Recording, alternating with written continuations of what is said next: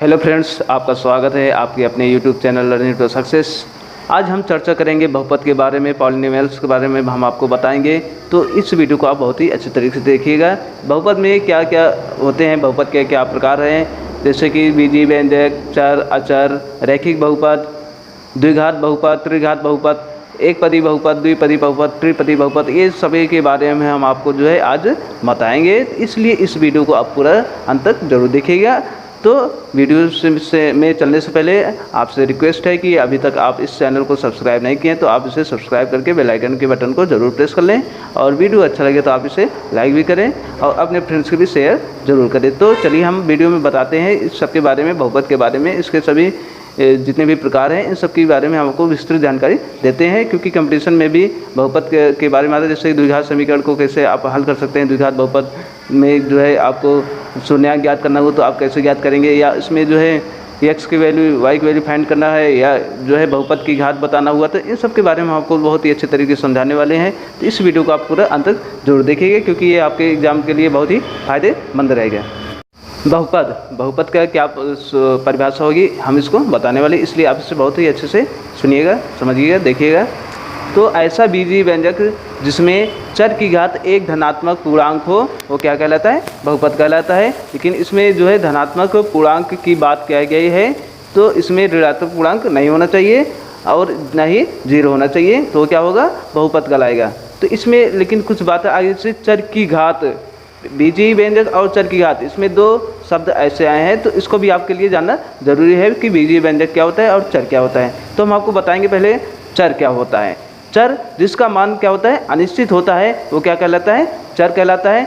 चर में जैसे लिखा जाता है x, y, z या a, b, c, d, इस प्रकार से ये सभी लिखे होते हैं, ये सभी क्या हैं, चर कहलाते हैं। और अचर की बात करते हैं जिसका मान निश्चित हो रहता है, वो क्या कहलाता है, अचर कहलाता है। जैसे कि 1, 2, 3, 4, 5, इस प्रकार से ये सभी क्या हैं, अचर हैं। और बीजीय व्यंजक, अब यहाँ पर आ गया बीजीय व्यंजक भी आपको जानना जरूरी है।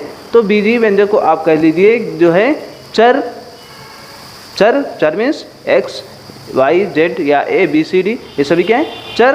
और अचर मीन्स 1, 2, 3, 4, 5।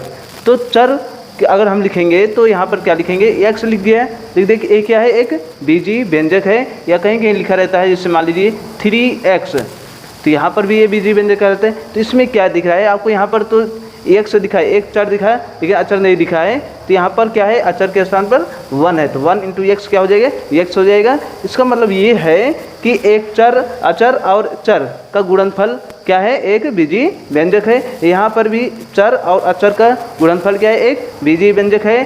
जैसे लिखा गया x + 5, यहाँ पर भी क्या है, एक बीजीय व्यंजक है। यहाँ पर ये क्या है, एक चर है और एक अचर का योगफल है, तो ये क्या है, बीजीय व्यंजक है। अगर लिखा है यहाँ पर ये क्या दिख रहा है, एक चर और अचर का क्या है, अंतर है, तो ये भी क्या है, बीजीय व्यंजक है। तो इस प्रकार से आप बीजीय व्यंजक को आप समझ सकते हैं। तो बहुपद की परिभाषा हम आपको बता दिए हैं, चर और अचर भी हम आपको बता दिए, बीजीय व्यंजक भी बता दिए हैं। अब हम आपको बताएंगे कि बहुपद के कितने प्रकार हैं, कौन जो बहुपद के प्रकार हैं, किस आधार पर उसको बांटा गया है। तो बहुपद के प्रकार को दो आधार पर बांटा गया है, वो कौन कौन से हैं, एक पद के आधार पर और दूसरा घात के आधार पर। पद के आधार पर क्या है, घात के आधार पर क्या है, ये भी हम आपको बताएंगे। तो ध्यान से देखिएगा, आप ध्यान से देखिए। बहुपद मुख्य रूप से दो ही प्रकार के होते हैं, वो कौन सा है, एक पद के आधार पर, दूसरा घात के आधार पर। तो ये मुख्य दो रूप हैं बहुपद के। अब पद के आधार पर कितने हैं, 3 हैं, और घात के आधार पर भी कितने हैं, 3 हैं। तो एक पदी बहुपद क्या है, द्विपदी बहुपद क्या है, त्रिपदी बहुपद क्या है, इसको हम बताने वाले हैं। और इसमें घात के आधार पर भी रैखिक बहुपद, द्विघात बहुपद, त्रिघात बहुपद क्या है, इसको भी हम आपको बताएंगे। सबसे पहले हम बात करते हैं एक पदी बहुपद, जिसमें क्या हो, केवल एक पद हो। जैसे कि आप यहाँ पर एग्जाम्पल के तौर पर आप समझ सकते हैं अच्छे से। यहाँ पर जैसे लिखा गया x या 3y, यहाँ पर आप देखेंगे x, इसमें कितने पद हैं, एक ही पद है, और ये भी कितने पद हैं, एक ही पद, 3y, 3 इंटू वाई मतलब मीन्स 3y, तो यह भी क्या है, एक पद है। किसी भी रूप में जैसे लिखा गया है यहाँ पर जो है, तो सभी क्या है, ये x² लिखा गया है। जैसे ये यहाँ पर x, ये एक पदी 3y, एक पदी x², एक पदी, और 5z की पावर 5 है, तो ये भी क्या है, एक पदी बहुपद है। हम बात करेंगे द्विपदी बहुपद। यहाँ पर आपको द्विपद दिखेंगे, दो पद दिखेंगे, तो कैसे दिखेंगे आप ऐसे यहाँ पर देख सकते हैं। इस प्रकार से यहाँ पर जो है ये क्या होंगे, द्विपदी बहुपद होंगे। जैसे x + 7 लिखा गया है, या यहाँ पर लिखा गया है 10 - y। यहाँ पर आपको ये एक और ये दूसरा पद, प्लस और माइनस जब लगा तो वहाँ पर क्या होता है, पद अलग अलग हो जाते हैं। तो लेकिन जब इनटू में रहता है वो एक ही पद में रहता है। तो इस प्रकार से एक पदी द्विपदी को आप जो है अच्छे तरीके से समझ सकते हैं। यहाँ पर कितने पद हैं, एक पद ये है, दूसरा पद ये है, तो ये क्या कहलाएगा, द्विपदी बहुपद कहलाएगा। यहाँ पर आप ध्यान से देख सकते हैं। अब इसके बाद आता है त्रिपदी बहुपद। ध्यान से देखिएगा आप, त्रिपदी बहुपद में कैसे देख सकते हैं आप। जैसे कि यहाँ पर लिखा गया है x² + 3 + x। यहाँ पर कितने पद दिख रहे हैं आपको, 1 2 3। तो यहाँ पर ये क्या है, तीन पद हैं, इसलिए ये क्या है, त्रिपदी बहुपद है। इसके और एग्जाम्पल्स यदि आप लेंगे तो देख लीजिए। यहाँ पर जो है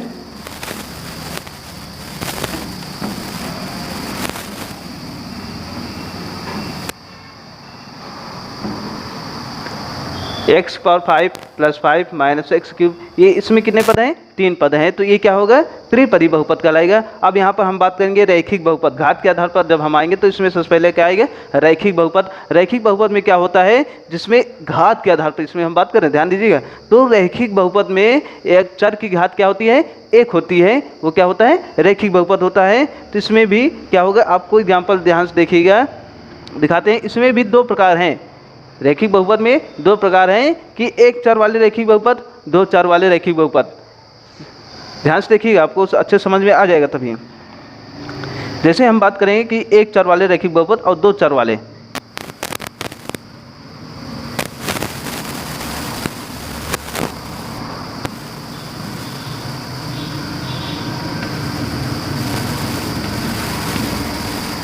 एक चर वाले रैखिक बहुपद, 2 चर वाले रैखिक बहुपद की हम बात करेंगे तो इसके एग्जाम्पल से ही आप अच्छे समझ सकते हैं। तो यहाँ पर जैसे लिखा गया है x + 10।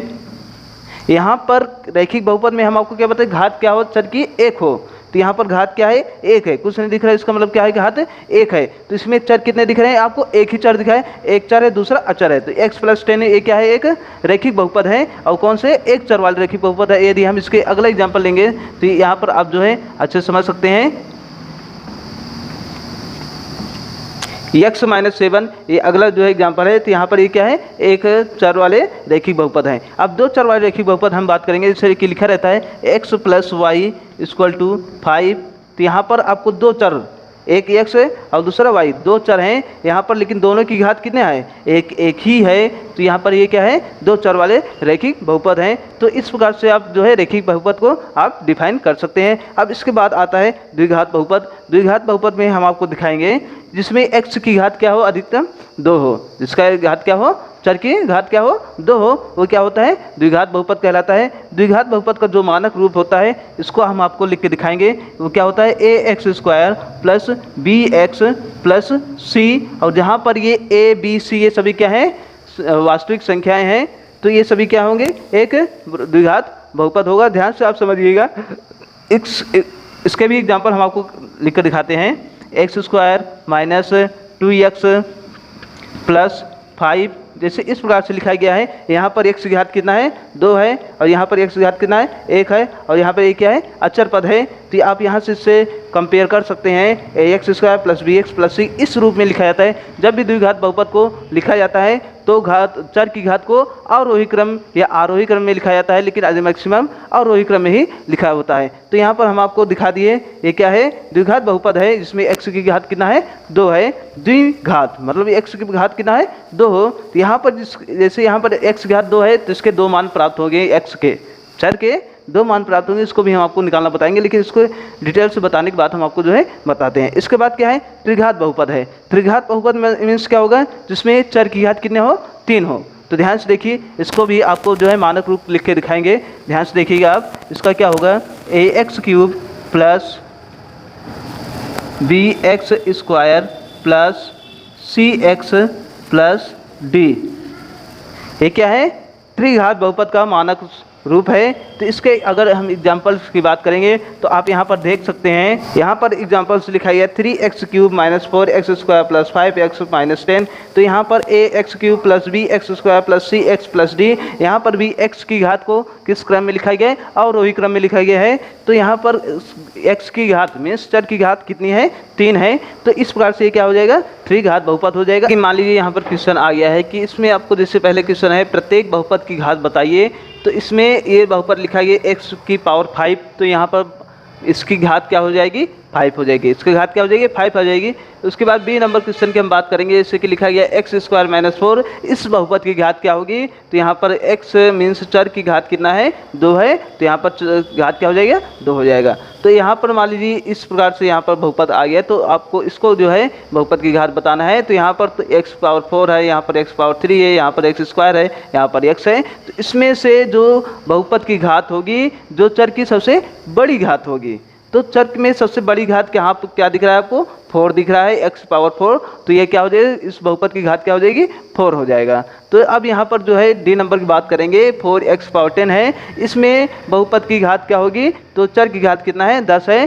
तो बहुपद क्या घात हो जाएगी, 10 हो जाएगी। अगर हम दूसरे क्वेश्चन की बात करें, यहाँ पर लिखा गया है बहुपद नहीं है, इन सभी पांचों ऑप्शन में से आपको बताना कौन सा पद क्या है, बहुपद नहीं है। तो यहाँ पर आपको बहुपद होने के लिए क्या होना चाहिए, एक चर होना चाहिए, और चर की घात क्या होना चाहिए, एक धनात्मक पूर्णांक होना चाहिए। तो यहाँ पर हम देखेंगे 3x, यहाँ पर x की घात कितना है, 1 है, तो ये क्या है, एक धनात्मक पूर्णांक है, और ये क्या है, एक बहुपद है, ये क्या है, एक बहुपद है। यहाँ पर क्या लिखा गया, 10, तो इसमें कोई चर नहीं है, तो यहाँ पर जब चर नहीं है तो ये क्या होगा, बहुपद नहीं होगा।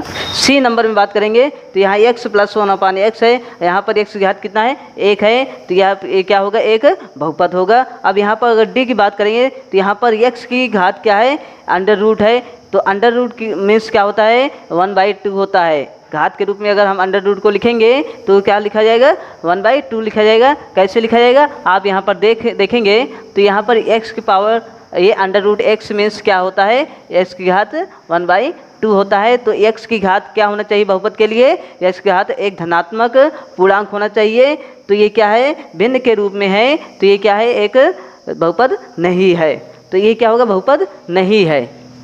अब यहाँ पर बात करेंगे ई नंबर में, तो यहाँ पर √ लगा है, लेकिन किसके ऊपर लगा है, 10 के ऊपर लगा है, और x क्या है, * में है, x की घात क्या है, यहाँ पर 1 है, तो यह क्या होगा, एक बहुपद होगा। तो बहुपद कौन कौन सा नहीं है, एक ये वाला पद बहुपद नहीं है, और ये वाला पद क्या है, बहुपद नहीं है, ये दोनों क्या है, बहुपद नहीं है। अगर हम इस तीसरे क्वेश्चन की बात करेंगे, तो यहाँ पर लिखा है बहुपद दिया गया है, इसमें की घात बताना है, इस बहुपद की घात बताना है। तो जैसे कि हम आपको वो बताए थे ऊपर वाले क्वेश्चन में, कि जो भी बहुपद लिखा रहेगा जिसमें चर की अधिकतम घात होगी, अधिकतम क्या होगा, घात होगी, वो क्या होगा, बहुपद की घात होगी। तो यहाँ पर x मीन्स चर की अधिकतम घात क्या है, 5 है, तो बहुपद की घात क्या होगी, 5 हो जाएगी। तो ये वाला ऑप्शन आपको क्या हो जाएगा, सही हो जाएगा।